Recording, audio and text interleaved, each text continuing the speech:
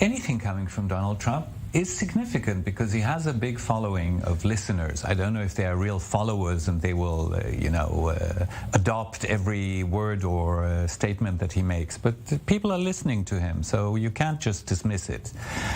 And there's so much anger behind all these quotes that come across now through Barak Ravid's book. It's now the second week that we're discussing that book, and there's more and more coming out.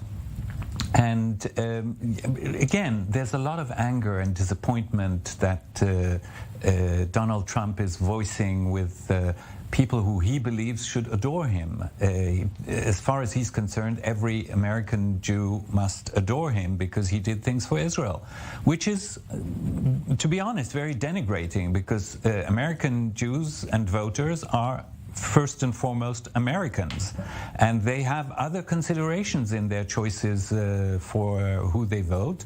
And traditionally, as everyone knows, at least a ratio of 2-to-1, they vote Democratic.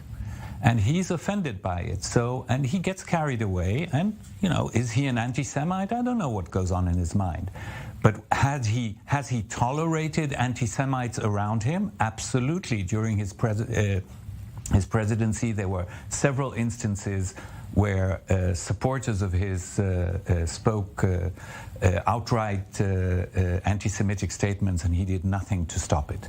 Is there a silver lining here, the upside that we've seen major condemnation, not just from these Jewish groups now, but also from some of the leading evangelical leaders in the U.S. as well? Is there some form of comfort there that not everyone is in support of these comments? I think it's a very important thing to react. And again, even if you're an evangelical supporter of Donald Trump, you can continue supporting Donald Trump without accepting every word that comes out of his mouth, and especially if they have anti-Semitic undertones or worse.